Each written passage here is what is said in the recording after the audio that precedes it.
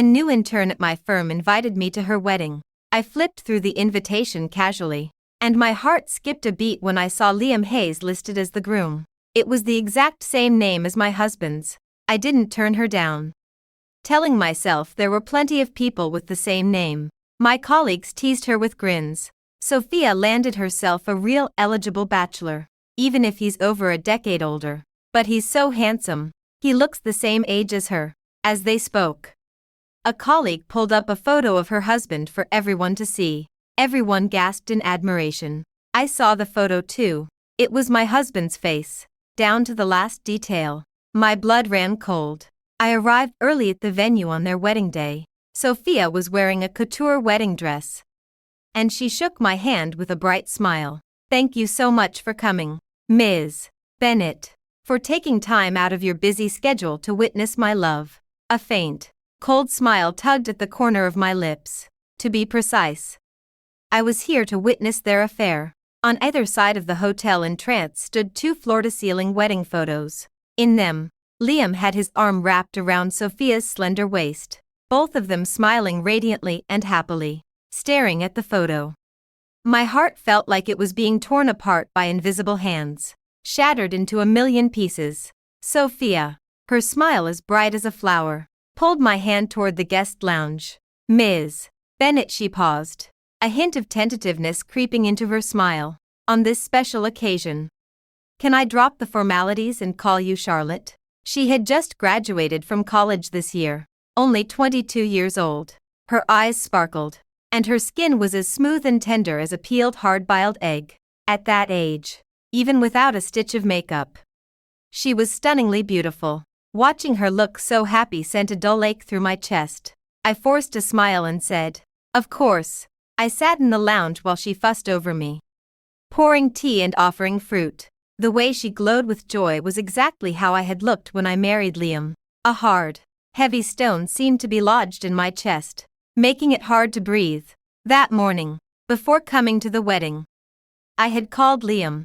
He said he was still out of town on business. On the video call, he had looked like a homesick man.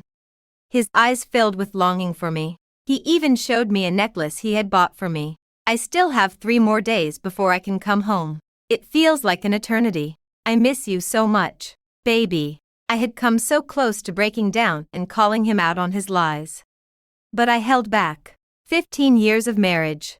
To everyone else, Liam had been the perfect husband, the perfect father, even the perfect son-in-law. Before this happened, I had truly believed he was the best man in the world. The happier I had been then, the more agonizing it was now. My colleague Mia arrived, shaking Sophia's hand and exclaiming, "You look absolutely stunning. So beautiful." Sophia blushed and glanced at me. "It's just the makeup doing all the work. Charlotte is still the beautiful one." I was known as the beauty at the firm. Back in school, I had been the undisputed campus queen. Even though I was over a decade older than Sophia, I was still more beautiful than her. But marriage is never won by beauty alone. I smiled faintly, showing no emotion. Mia leaned in gossipingly. "Sophia, I heard you and your husband have been together for 4 years. How did you meet a catch like him anyway?" She nudged Sophia playfully with her elbow. "Got any more like him? I'll divorce my husband tomorrow." The word "4" hit me like a sledgehammer, turning my heart to ice. 4 years. He had been lying to me for 4 whole years, and I had never noticed a single sign of his infidelity. I forced myself to stay calm as Sophia said shyly, "He was the best gift fate ever gave me." She pulled Mia down to sit next to me. "My parents died in an accident when I was a freshman. I almost had to drop out of college. But Liam's alma mater is my university, and he donates $700,000 to it every year. I was one of the students he sponsored. That winter was freezing cold. To thank him, I knitted him a sweater by hand, and that sweater is what started our love story." I remembered Liam did have a hand-knit sweater. He had cherished it more than anything, but he had told me it was a gift from his late mother. Once, our son Noah had accidentally dropped it on the floor. Liam had flown into a rage and hit him. It turned out the sweater was from Sophia. What hurt the most was that I had no idea he donated $700,000 to the school every year. 2 years ago, He had said the company was facing a cash flow crisis. He had mortgaged our house, his father's house, and even my parents' house to keep the business afloat. To this day, he claims the company is barely breaking even, just treading water. Yet this shrewd, steady man had thrown away all that money just to make his mistress smile. Mia was practically green with envy. I heard he makes a fortune and gives you all his money. Why are you still working here, slaving away like the rest of us? I pricked up my ears, staring intently at Sophia. She kept that gentle smile on her face. He does give me all his money, more than I could spend in 100 lifetimes. But I want to have a job I love. I don't want to just be a kept woman. I want to have my own purpose in life, more than she could spend in 100 lifetimes. My chest felt even tighter. Just last month, our son couldn't pay the $70,000 tuition for his prestigious private school. We had to transfer him to a public school. And the brutal shift in circumstances had left our 10-year-old son with anxiety and depression. I kept my voice steady and asked, "What industry is your husband in?" "He must be incredibly successful. His main company is overseas. The one here doesn't make much money." I was stunned. I had no idea Liam had a company abroad. For the past 4 years, he had said business was bad and stopped sending money home. My after-tax salary of $110,000 a year was barely enough to cover our expenses. I had never pressured him, even when his mother was dying of illness a few years ago. The nearly $280,000 in medical bills had all come out of my pocket, including $140,000 I had borrowed, to pay off that debt as quickly as possible. I had to keep up appearances that our family hadn't fallen on hard times while pinching every penny. Liam had seen me lying awake night after night, worrying about money. He had watched the gray hairs sprout on my head when I was still in my 30s, and yet he had never offered a single cent. Mia lowered her voice, still gossiping. "I heard your husband was married before. Did he handle things well with his ex-wife?" A cold laugh bubbled up inside me, but I managed to keep my emotions in check. Sophia looked completely open, her happy smile never faltering. "His ex-wife and their son are both dead." A gaping hole opened up in my chest, and I could barely breathe. I couldn't believe Liam had told her I and our son were dead. A look of pity crossed Sophia's face. "It was an accident. It's such a shame that poor woman never got to enjoy his success." More of our colleagues arrived. Sophia continued to greet them with that bright, happy smile, completely oblivious to the storm brewing on my face. They crowded around her, all gushing about how lucky she was to have found a rich, handsome husband who adored her. Just then, Sophia's phone rang with a video call. It was Liam. Everyone cheered and urged her to answer. Sophia blushed and declined. "I want him to see me like this for the first time when we exchange rings at the ceremony." The crowd hooped again. Sophia wants to give him a surprise. She bit her lip and smiled. To be honest, Liam never had a wedding with his first wife. No wedding photos. Nothing. He never got to see the woman he loved in a wedding dress. So I want to make today the happiest, most unforgettable day of his life. She was right. 15 years ago, when I married Liam, he was a penniless nobody. Our wedding was a bare-bones affair. Even our rings were cheap fakes from the dollar store. I had poured every penny I had into supporting his startup. 3 months ago, our son had suggested we take wedding photos to mark our anniversary. Liam had smiled naturally and said, "We're an old married couple now." Then he added, "Maybe we can take a family photo instead." I had felt a twinge of disappointment then, but I hadn't minded. I had always thought that as long as our family was safe and happy together, nothing else mattered. He had completely forgotten that on our wedding day, huddled in that $30 a month basement apartment, he had teared up and promised me, "Baby, when I make it big, I'll make it up to you. A real wedding, a proper dowry, all the gold jewelry you deserve." But when he finally had everything, he repaid me with a betrayal that cut to the bone. Someone gasped in surprise. "Wait, he never had a wedding with his dead ex-wife.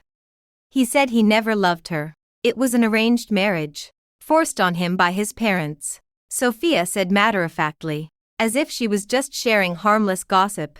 "He said when she died, He finally felt like he could breathe again, like the sun had come out for the first time in his life. My heart was being torn apart, piece by piece.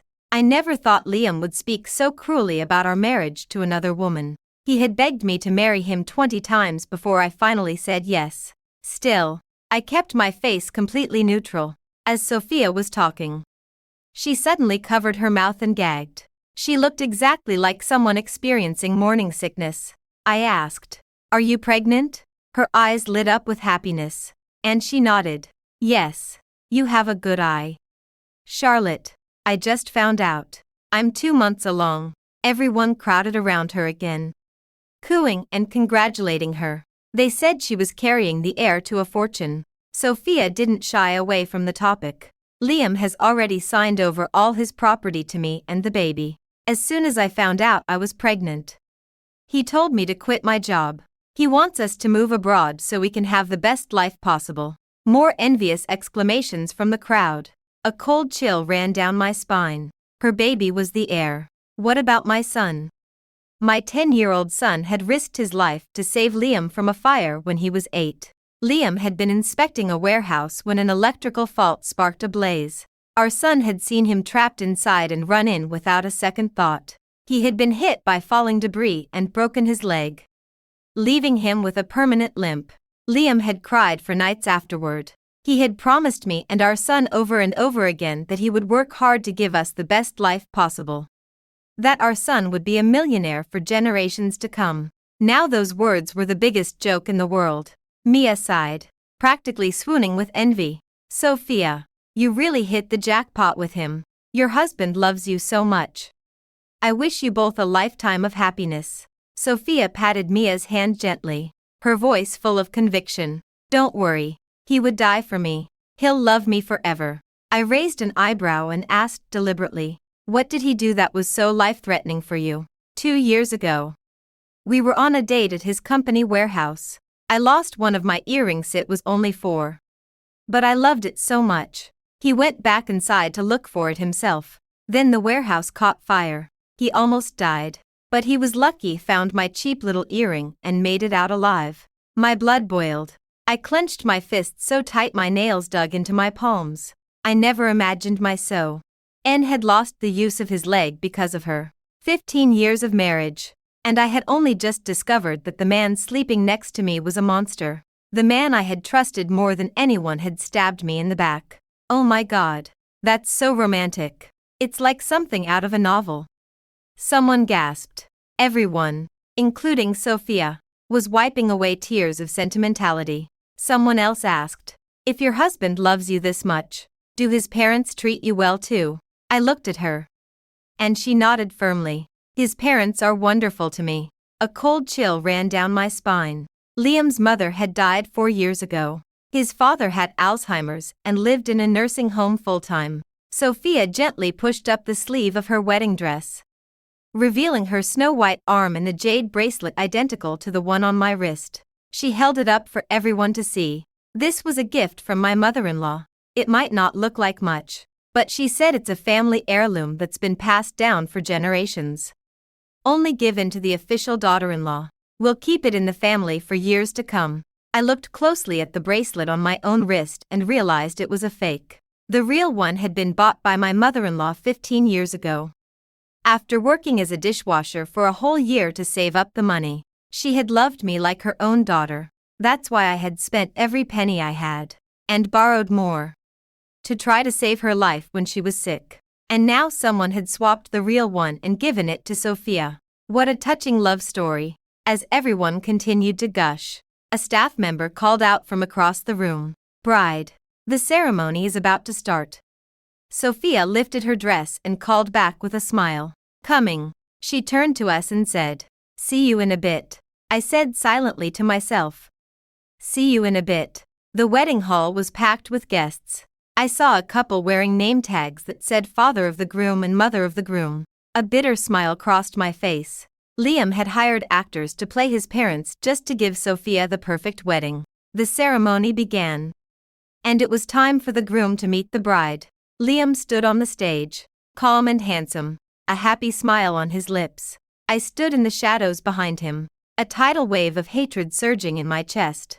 I watched him walk eagerly toward the doors, take Sophia's hand, and lead her back to the stage. They exchanged their vows, promising each other eternal love. When the officiant turned to Sophia and asked, "Bride, do you take this man to be your lawfully wedded husband?"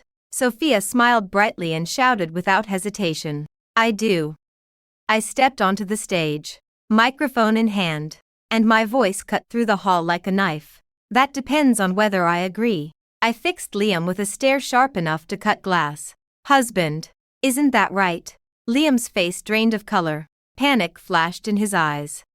Impossible to hide. A roar of whispers erupted through the crowd. Sophia's face turned even whiter, her cheeks flushing bright red with shock and anger. She stared at me in disbelief. "Charlotte, what are you talking about?" "I'm saying that whether this wedding can go on depends on May's legal wife." My cold, icy voice echoed through every corner of the hall. "You're lying," Sophia cried, her voice still soft even when she was shouting. I looked at Liam, who stood there humiliated and stunned. "Liam, tell her who I am." I didn't shout. I just asked, my voice calm but heavy with disappointment. He took a deep, shaky breath and sighed.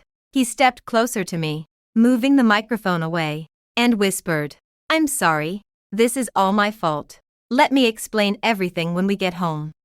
Okay. The word home pushed me over the edge. I flew into a rage and slapped him hard across the face. "Home. Liam, you don't have a home anymore." The slap echoed loudly, leaving a bright red handprint on his cheek. "How dare you hit him?" Sophia ran over and threw herself protectively in front of him. They stood there together, and despite the age difference, they looked like a perfect couple. He had spent his money turning this small-town girl into someone who belonged by his side. Liam put a hand on her arm, signaling her to be quiet. He couldn't meet my eyes, filled with guilt. He picked up the microphone and said to the guests, "I'm sorry, the wedding is cancelled. Everyone can go home." The whispers grew louder. No one moved. My assistant Amelia, who had worked for me for 3 years and couldn't stand to see me hurt, was the first to speak up from the crowd.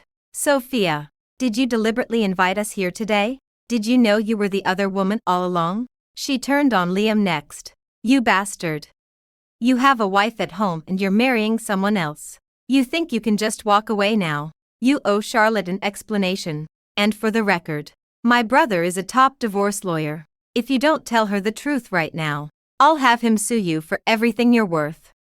Once she started, all my colleagues joined in. "That's right. Explain yourself right here, right now." I always thought it was weird when Sophia joined our company. Turns out this was her plan all along. "Sophia, did you do this on purpose to force her out? You're shameless. You owe us all an explanation." Liam took Sophia's hand and tried to lead her backstage. I stepped in front of him, my eyes burning into his. "Liam, you could have just asked for a divorce. I never needed you. Liam, I would have let you go. Why did you have to do this to me?"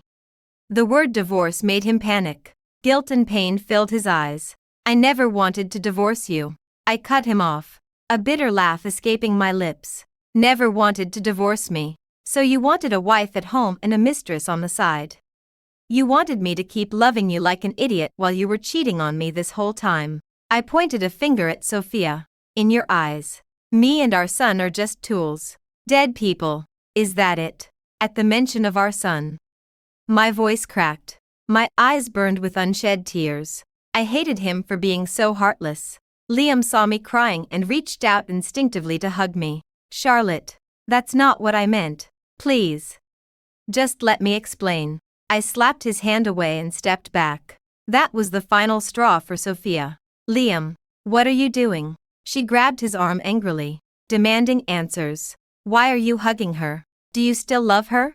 Are you going to hurt me like this?"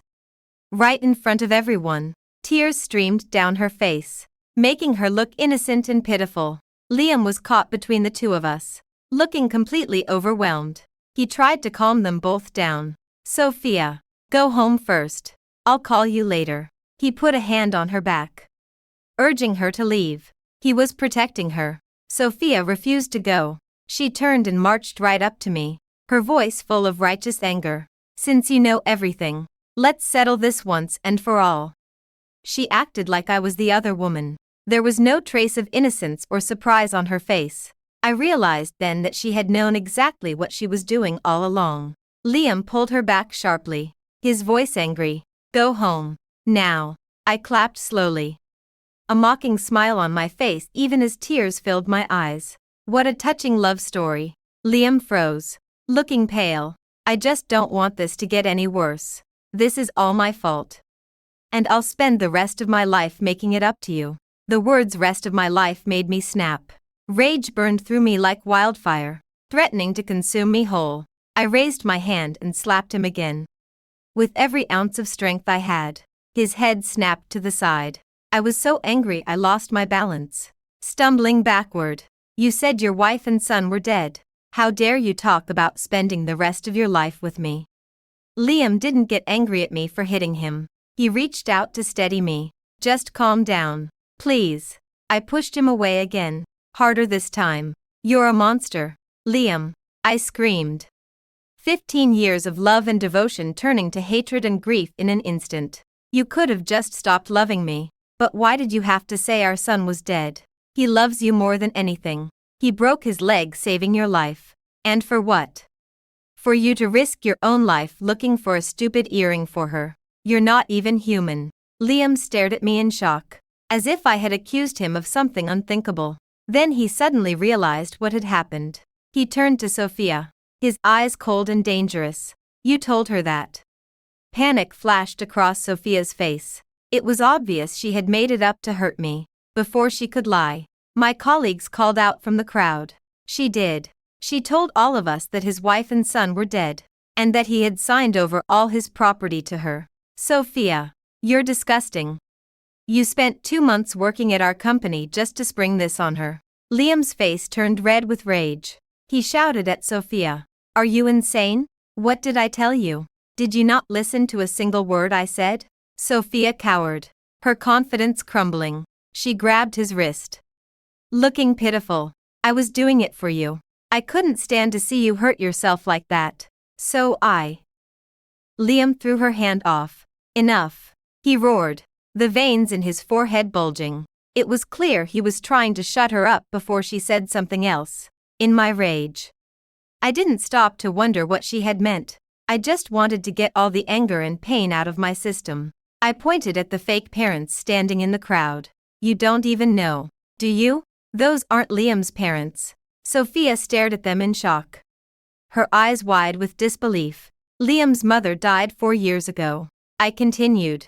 His father has Alzheimer's and lives in a nursing home. Sophia looked like she was going to be sick. I turned back to Liam, my eyes burning with hatred. I paid every single cent of your mother's 280,000 medical bills. I was the one who took care of her, day and night. When I didn't have enough money, I borrowed it. I was the one who took care of your father every time he got sick. I mortgaged my house, my parents' house, everything to save your company. And what did you do? You spent all your money on your mistress. You couldn't even spare a cent to save your own mother. How could you be so cruel? I broke down crying, the tears flowing freely. Liam shook his head, his own eyes red. The look in his eyes told me he didn't agree with what I was saying. I will never forget everything you've done for me, he said, when Mom was sick. I really didn't have any money. I didn't lie to you about that. He was still lying to my face. I didn't even have to say anything. One of my colleagues shouted from the crowd. Bullshit. Sophia told us yourself you have a company overseas, that you gave her all your money. She said she had more than she could spend in 100 lifetimes. You're still lying even now. Liam hung his head and sighed deeply, giving up. When he looked up at me again, his eyes were wet with tears. There was something unreadable in them. Something he couldn't say. I did cheat on you. I did have feelings for her, he said slowly. The overseas company only started making money last year. It's a partnership. And yes, I did put a lot of money in her name. But Charlotte, you have to believe Maori, the one I love. You always have been. I didn't mean to hurt you like this with the wedding. Sophia has cancer. She only has a year left to live. She wanted a wedding, and I just wanted to give her that one last thing before she dies. I frowned, unable to believe him. I laughed bitterly. If that's not love, what is? She's carrying your child, and you're making her baby your heir. Our son had to drop out of private school and now he has depression, and you gave all your money to her. And now you're telling me you just wanted to give her a nice send-off. Liam, do you still think I'm an idiot? Liam looked helpless, like he couldn't make me understand. It's not like that. He pulled out his phone and called his assistant. Bring Sophia's medical records here. He hung up and continued to defend himself. I did put some money in her name, just to make her happy. She has no one else. Charlotte. No parents. No family. I just wanted her last days to be happy. I'm sorry. I never thought this would hurt you so much. Even as he apologized, his voice was full of love and pity for Sophia. Watching my husband love another woman so completely shattered what was left of my heart. If the love was gone, then it was time to talk about money. I have 2 questions for you, I said. Answer them honestly. Okay. He agreed immediately. Does Sophia know I'm your wife? I stared into his eyes, desperate for the truth. I didn't trust him anymore. She knew I was married, but she didn't know it was you, believe it or not. I never told her anything about you. He sounded sincere. I shot Sophia a withering look. If you're dying, why go to all this trouble to force me out? It doesn't make sense. She glared at me angrily, about to retort, but Liam cut her off. Sophia, shut up, now. She looked furious, but she held her tongue. I turned back to Liam. My second question, how much money did you give her? And did you make a will leaving all your property to her child? He hesitated, unable to meet my eyes. Under my stare, he finally answered, about $300 million from the overseas business. He saw the hurt and anger in my eyes and rushed to explain. It's for the baby, since she's having my child. But Charlotte, the overseas business is still making money. I'll give you and Noah much more than that. I promise. His assistant ran in, breathless, and handed him Sophia's medical records and test results. Liam passed them to me. I'm not lying to you. I didn't even look at them. I took the fake jade bracelet off my wrist and threw it on the ground in front of him. If your mother wanted her to be the daughter-in-law of the Hayes family, then fine. I'll give you what you want. My lawyer will be in touch about the divorce. The green jade bracelet shattered into pieces on the floor. Liam lunged to catch it, but he was too late. He knelt down and picked up the pieces, his eyes red with tears. This was my mother's gift to you. Sophia instinctively covered the bracelet on her own wrist. I slapped him again, my voice shaking with rage. Stop acting. Liam, you swapped the real one and gave it to Sophia. She already bragged about it to all of us. How dare you pretend to care? Liam looked like he had been struck by lightning. He turned to Sophia and saw her covering her wrist. He grabbed her hand roughly and pushed up her sleeve. There was the real jade bracelet. He ripped it off her wrist, his voice cold with fury. How did you get the real one? Sophia looked guilty, unable to come up with an excuse. Liam's grip on her wrist tightened until she winced in pain. I told you I would get you a copy. A fake. I told you the real one was Charlotte's. Tell me the truth right now, or I swear I'll never speak to you again. Sophia was terrified. She lied quickly. I must have mixed them up when we were working together the other day. We both took our bracelets off, and I grabbed the wrong one by mistake. I remembered that day. She had been so nice, warning me that wearing jewelry while working might scratch it. I had taken it off and left it on my desk. It turned out Liam hadn't swapped the bracelets after all. Mia shouted from the crowd. Bullshit. You were just bragging to me 5 minutes ago that your mother-in-law gave it to you. Other colleagues chimed in. That's right. We all heard you. Sophia, stop lying. We'll all testify for Charlotte. Sophia stood there, humiliated and speechless. Liam grabbed her by the throat, his eyes blazing with anger. I underestimated you, didn't I? You're so much more manipulative than I thought. You said you just wanted a copy of Charlotte's bracelet. I gave you that because I felt sorry for you, because you were dying. But why did you have to ruin everything? Why? He squeezed harder with every word, until Sophia's eyes rolled back in her head. Just as she was about to pass out, he let go. She collapsed to the floor, coughing and gasping for air. "Let me see those records." A man's voice came from beside me. He introduced himself. "I'm an oncologist." I handed him the papers. He read them carefully for about 10 minutes, then looked up. "The records look real. According to this, she only has about a year left." He walked over to Sophia and held out his hand. She hesitated, then let him take her wrist. Just as I was wondering what he was doing, he spoke again. "I also practice holistic medicine alongside Western oncology. I just took her pulse. Sophia is 2 months pregnant, and she has mild reproductive sensitivity common in young women. That's all. There's nothing else wrong with her." He held up the medical records. "These are either for someone else, or a doctor deliberately falsified them." I was stunned. The crowd erupted in chaos, but no one was more shocked than Liam. "You're lying," Sophia screamed, panicking. She grabbed Liam's hand desperately. "Liam, don't believe him. These are real hospital records. He's lying. He's working for Charlotte to break us up," the doctor said calmly. "The doctor who signed these records is Ethan Shin. He's still an intern, and I'm his supervisor." Sophia froze, her face turning deathly pale. Someone in the crowd shouted, "Ethan Shin is here." A young man was pushed onto the stage. Faced with his supervisor, he couldn't lie. He broke down crying. "My cousin begged me to do it. I'm sorry. I'll never do it again. Please don't fire me." Sophia had no more excuses. The crowd booed and jeered at her. Liam grabbed her by the throat again, even angrier than before. "You lied to me. You lying bitch. Why did you do this to me?" Sophia pushed him away with all her strength, screaming through her tears. "Why?" "Because I love you. I did this because I love you. I didn't want you to ruin your life for her. I was happy just being your mistress. But then you decided to donate your kidney to her father. How long is he going to live anyway? Why would you risk your own life for him?